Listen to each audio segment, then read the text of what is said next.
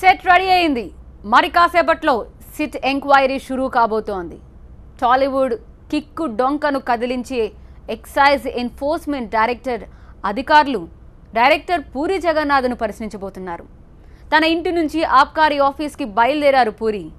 ఆయన వెంట కుమారుడు ఆకాష్, సోదరుడు సాయి శంకర్ ఉన్నారు. Enforcement director Akun Sabharwal, SIT అధికారులు శ్రీనివాసరావు, ముగ్గురు శ్రీనివాస్ అనే ఇంకొక అధికారి కలిపి పూరిని ప్రశ్నించబోతున్నారు.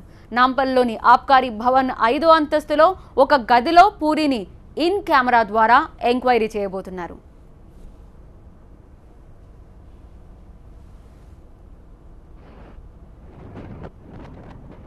పూరి వెహికల్ని కూడా ఫాలో అవుతున్నాం. ఆబ్కారీ భవన్కే చేరుకుంటారా లేకపోతే మార్గ మధ్యలో ఆగుతారా అనేది మనం చూడాల్సింది. కాసేపట్లో పూరిని ప్రశ్నించబోతున్నారు సిట్ అధికారులు. సిట్ విచారణ కోసం ఇంటి నుంచి బయలుదేరారు పూరి జగన్నాథ్. మరి కాసేపట్లోనే సిట్ ఎంక్వైరీ షురూ కాబోతోంది. టాలీవుడ్ కిక్కు డొంకని కదిలించిన ఎక్సైజ్ ఎన్ఫోర్స్మెంట్ డైరెక్టరేట్ అధికారులు డైరెక్టర్ పూరి జగన్నాథ్ని మొదటగా ప్రశ్నించబోతున్నారు. తన ఇంటి నుంచి ఆబ్కారీ ఆఫీస్కి బయలుదేరారు పూరి. మనం చూడవచ్చు దృశ్యాల్లో. ఆయన వెంట కుమారుడు ఆకాష్, సోదరుడు సాయి శంకర్ కూడా ఉండడం తర్వాత ఒకసారి ఒక రకమైన అనుమానం అయితే కలిగింది. డైరెక్ట్గా ఆబ్కారీ ఆఫీస్కి వెళ్ళబోతున్నారా లేకపోతే అడ్వకేట్తో మేనేజ్ చేయబోతున్నారు అనుకున్నాం. కానీ కంపల్సరీగా నోటీసులో ఉన్న వ్యక్తులు రావాల్సిందే అని అధికారులు చెప్పడంతో పూరి జగన్నాథ్ కంపల్సరీగా ఇప్పుడు విచారణకు హాజరు కాబోతున్నారు. మా ప్రతినిధి విజయ్ ఉన్నారు అక్కడ నుంచి లైవ్లో వివరాలు అందించడానికి. విజయ్, ఏ సమయానికి చేరుకోవచ్చు? జూబ్లీ హిల్స్ నుంచి ఆబ్కారీ ఆఫీస్ అంటే టైం 45 మినిట్స్ అంటున్నారు కాబట్టి ఏమైనా ఇన్ఫర్మేషన్ అంతుందా? ఇంకొక 10-15 నిమిషాల్లో ఎక్సైజ్ ఎన్ఫోర్స్మెంట్ కార్యాలయానికి director puri Jagannadh రాన్నాడు. మాసప్ tank cross అయ్యారు. ఆయన డైరెక్ట్గా ఇక్కడికే వస్తున్నటువంటి సమాచారం అయితే ఉంది. ఆయన కారులో అతని తమ్ముడు సాయిరామ్ శంకర్తో పాటుగా కొడుకు ఆకాష్ ఇద్దరు కూడా ఉన్నారు. పూరి జగన్నాథ్ కారులో మొత్తం ముగ్గురు ఇక్కడికి బయలుదేరినట్టుగా తెలుస్తుంది. అయితే ఆ మాసప్ ట్యాంక్ వచ్చేంత వరకు కూడా ఎక్కడికైనా వెళ్తారన్న అనుమానం వచ్చింది. కానీ డైరెక్ట్గా ఇదే రూట్లో ప్రస్తుతం వస్తున్నారు. మనం ఎక్సైజ్ ఎన్ఫోర్స్మెంట్ కార్యాలయం దగ్గర ఉన్నాం. దాదాపుగా ఇక్కడ మరికొద్ది నిమిషాల్లో ఇక్కడికి చేరుకున్నాక ఆయన ఇన్వెస్టిగేషన్ కూడా చేయడం కోసం టీం కూడా చేరుకుంది. ఎక్సైజ్ ఎన్ఫోర్స్మెంట్ ఈ కేసును డీల్ చేస్తున్నటువంటి సిట్ బృందం ప్రస్తుతం ఎక్సైజ్ ఎన్ఫోర్స్మెంట్ కార్యాలయం 5th ఫ్లోర్లో ఉంది. సిట్ ఆఫీస్లో ఏర్పాటు చేసినటువంటి ఆ కార్యాలయంలో విజయ్, అంటే ఒక విచారణకు కేవలం ఆ వ్యక్తి మాత్రమే హాజరవ్వాలా లేకపోతే వాళ్ళతో పాటు ఇంకా ఇద్దరు ముగ్గురిని తెచ్చుకోవచ్చు? ఇప్పుడు ఇలా కుమారుడు కానీ లేకపోతే సోదరుడు కానీ అంటే ఏమైనా సెంటిమెంట్ ఏమైనా ప్లే చేయబోతున్నారా? ఎలా ఎందుకు వాళ్ళు కూడా వస్తున్నారనేది తెలుస్తుంది. అంటే ఫ్యామిలీకి సంబంధించిన వాళ్ళను తీసుకొస్తున్నారంటే కొంత అతను తను స్ట్రాంగ్గా ఉన్నాను, తన ఫ్యామిలీ సపోర్టు తనకు ఉంది అనేది ఒకటి చూపెట్టే ప్రయత్నం పూరి జగన్నాథ్ చేస్తుండనేది అర్థమవుతుంది. ఎందుకంటే నిన్న ఎక్సైజ్ ఎన్ఫోర్స్మెంట్ అధికారులు చెప్పిన దాని ప్రకారం అయితే ఒకవేళ ఎవరైతే వస్తున్నటువంటి విచారణకు హాజరవుతున్నటువంటి విఐపీలు ఎవరైతే ఉన్నారో సినిమా ఇండస్ట్రీకి సంబంధించిన వాళ్ళు అవసరమైతే అడ్వకేట్ అసిస్టెంట్ తీసుకోవచ్చు, అడ్వకేట్తో వచ్చినా మాకు ఇటువంటి అభ్యంతరం లేదంటూ వాళ్ళు చెప్పారు. ఇప్పుడు ప్రస్తుతం ఆయన కుటుంబ సభ్యులతో వస్తున్నాడు. ఒకవేళ అతను ఇక్కడికి వచ్చిన తర్వాత అడ్వకేట్లు ఎవరైనా ఇక్కడికి వస్తారా లేదంటే కేవలం కుటుంబ సభ్యులతోనే ఆయన పైకి వెళ్తారా? అది కూడా మన కుటుంబ సభ్యుల్ని ఇన్వెస్టిగేషన్ ఏజెన్సీ అలో చేస్తుందా లేదా అనేది కూడా చూడాల్సి ఉంది. ఎందుకంటే ఒక ఇన్వెస్టిగేషన్ జరుగుతున్న సమయంలో ఎవరికైతే నోటీస్ ఇచ్చినటువంటి పిలిచిన వ్యక్తి మాత్రమే ఉంటారు. అతను అవసరమైతే అడ్వకేట్ సాయం తీసుకోవచ్చు. కానీ కుటుంబ సభ్యులు ఉంటే ఏ రకంగా విచారిస్తామనేది కూడా క్వశ్చన్ వస్తుంది. కాబట్టి ఆ విషయంలో ఎక్సైజ్ ఎన్ఫోర్స్మెంట్ ఎటువంటి డెసిషన్ తీసుకుంటారని మాత్రం తెలియాల్సి ఉంది. పూరి జగన్నాథ్ తన కొడుకు తన తమ్ముడిని వెంటబెట్టుకొని రావడాన్ని చూస్తుంటే మాత్రం ఖచ్చితంగా ఆయన కొంత తన ఫ్యామిలీ సపోర్ట్ తనకుంది, తనపై వస్తున్నటువంటి ఆరోపణలకు తన ఫ్యామిలీ తనకు అండగా నిలబడుతుంది అన్న ఒక సిగ్నల్ ఇచ్చే ప్రయత్నం మాత్రం చేసినని అనుకోవచ్చు.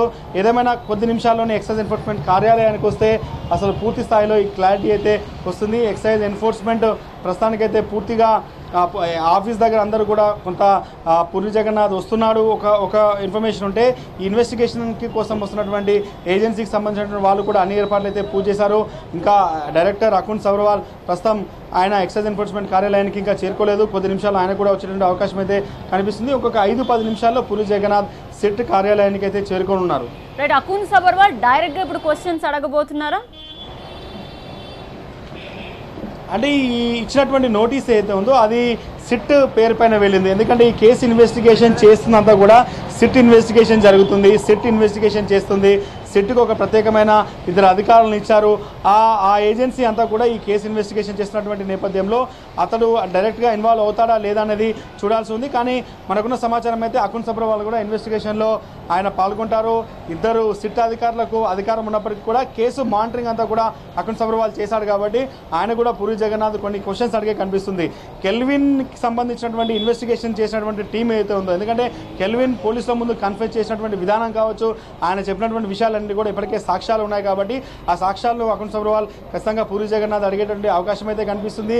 పూరి జగన్నాథ్ని విచారించేటువంటి సమయంలో ఎవరిని ఉంచుతారు, లేకపోతే వీడియోగ్రఫీ తీయాలన్న ఒక డెసిషన్ కూడా వచ్చారు. ఒకవేళ ఆయన చెప్పినటువంటి విషయాలన్నీ కూడా ఆ తర్వాత తాను చెప్పలేదనే విషయాన్ని మాట మారిస్తే ఏ రకంగా ఉంటుంది? కెల్విన్ జిషాన్ల ప్రస్తావన తీసుకొచ్చిన సమయంలో ఆయన చెప్పే ప్రతి అంశాన్ని కూడా పూర్తిగా వీడియో రికార్డ్ చేయాలని కూడా ఎక్సైజ్ ఎన్ఫోర్స్మెంట్ నిర్ణయించింది. మొత్తం వీడియోగ్రఫీ చేసిన తర్వాత ఆయన స్టేట్మెంట్ రికార్డింగ్ చేసిన తర్వాత ఆయన పాత్ర ఎంత ఉంది, ఆ ఎక్సైజ్ ఎన్ఫోర్స్మెంట్ దగ్గర ఉన్నటువంటి సాక్ష్యాలతో పూరి జగన్నాథ్ చెప్తున్నటువంటి విషయాలు మ్యాచ్ అవుతున్నాయా లేదా, నిజంగా ఎక్సైజ్ ఎన్ఫోర్స్మెంట్ చేస్తున్న విచారణకు ఆయన కోఆపరేట్ చేస్తాడా లేదా అన్నది కూడా కొంత తెలియాల్సి ఉంది. కాబట్టి ఎంటైర్ ఇన్వెస్టిగేషన్ కంప్లీట్ అయినాక ఆయన స్టేట్మెంట్ రికార్డ్ చేసుకున్న తర్వాత పూరి జగన్నాథ్ను బయటకు పంపే అవకాశం కనిపిస్తుంది. రైట్. ఇలాంటి కేసుల్లో ఇప్పుడు ఎలా వాళ్ళు మాట్లాడే అవకాశం ఉంటుంది విజయ్? ఒకవేళ వాళ్ళు బాధితులుగా ఒకవేళ నిజంగానే వాళ్ళ దగ్గర ఆధారాలు ఉంటే, కాల్ డేటాలో క్లియర్గా వాళ్ళు ఒకవేళ తెలిస్తే అప్పుడు ఇటు సైడ్ నుంచి వీళ్ళు తీసుకున్నాం అని ఒప్పుకోవడానికి అవకాశం ఎక్కువ ఉంటుందా? బికాజ్ సరఫరా చేసినట్టుగా ఒకవేళ ప్రూవ్ అయితే మళ్ళీ ఆ కేసు ఇంకా సీరియస్ అవుతుంది కాబట్టి అట్లీస్ట్ కౌన్సిలింగ్ దిశగా వెళ్ళిపోవడానికి ఇష్టపడుతూ ఉంటారు కాబట్టి ఎలా వీళ్ళు మాట్లాడే వీలు ఉంటుంది? 2 విషయాలు. ఒకటి, ఇన్వెస్టిగేషన్ ఏజెన్సీకి ఉండేటువంటి పవర్ అంతా కూడా కేసుకు సంబంధించినటువంటి నోటీస్ మేము ఇచ్చిన తర్వాత ఆయన ఖచ్చితంగా అపియర్ అయిన తర్వాత మా దగ్గర ఉన్నటువంటి క్వశ్చన్స్కి ఆయన సమాధానం చెప్పాల్సి ఉంటుంది. అది ఏ రూపంలో ఉంటుంది? నిజంగా పూరి జగన్నాథ్ డ్రగ్స్ తీసుకుంటే ఆయన ఒప్పుకుంటాడా, లేకపోతే కెల్విన్ జిషాన్లో ఉన్న పరిచయాన్ని ఆయన ఏ రకంగా చెప్తున్నాడు? తనకు చాలామంది సినిమా ఇండస్ట్రీకి సంబంధించిన డైరెక్టర్, అనేక మంది ఆర్టిస్టులు ఉంటారు, అనేక మంది చాలామంది నటులను ఆయన సెలెక్ట్ చేసుకుంటాడు. కొంతమంది పూరి జగన్నాథ్కున్న పేరంతా కూడా వేరే పేర్లు, వేరే అంటే ఇండస్ట్రీకి సంబంధించినటువంటి వేరే దేశ చాలామంది ఇంట్రడ్యూస్ చేస్తుంటాడు. అటువంటి వ్యక్తుల ద్వారా పరిచయం అయ్యాడా? ఇటువంటి విషయాలన్నింటినీ కూడా ఆయన చెప్పాల్సిన అవసరం ఉంటుంది. కానీ ఎక్కడా కూడా ఇన్వెస్టిగేషన్ ఏజెన్సీ అనేది చాలా స్ట్రేట్గా క్వశ్చన్స్ అడుగుతుంది. ఈరోజు ఆయన డైరెక్టర్ అయినంత మాత్రాన ఆయన పిలిచి ఆయనకు అంటే ఆయన్ను చేయాల్సిన క్వశ్చన్స్ అని కూడా డైరెక్ట్గానే అడుగుతారు తప్ప ఎక్కడ కూడా వెనక్కి వెళ్ళేటువంటి ఉద్దేశం అయితే ఉండదు. చాలా సీరియస్గానే ఇన్వెస్టిగేషన్ కొనసాగేటువంటి అవకాశం కనిపిస్తుంది. మొత్తం 10 క్వశ్చన్స్ అయితే ఉన్నాయి. కెల్విన్ ఏ రకంగా పరిచయము, జిషాన్ ఏ రకంగా పరిచయము, హైదరాబాద్లో పార్టీలకు ఎక్కువగా వెళ్ళని పూరి జగన్నాథ్ ఇంట్లోనే ఎందుకు పార్టీలు చేసుకుంటాడు? ఈ విషయాలన్నింటినీ కూడా చాలా స్ట్రేట్గానే ఆయన్ని అడిగేటటువంటి అవకాశం అయితే కనిపిస్తుంది. రైట్. ఇది కాసేపట్లోనే పూరి ఆబ్కారీ భవన్కి చేరుకోబోతున్నారు. Enforcement director Akun Sabharwal, SIT అధికారులు శ్రీనివాసరావు, ఇంకొక శ్రీనివాస్, మొత్తం 3 పూరిని ప్రశ్నించబోతున్నారు. సో కాసేపట్లోనే పూరి అక్కడికి చేరుకోబోతున్నారు కాబట్టి విచారణ ఎలా కొనసాగుతుందనేది ఉత్కంఠతను రేపుతూనే ఉంది.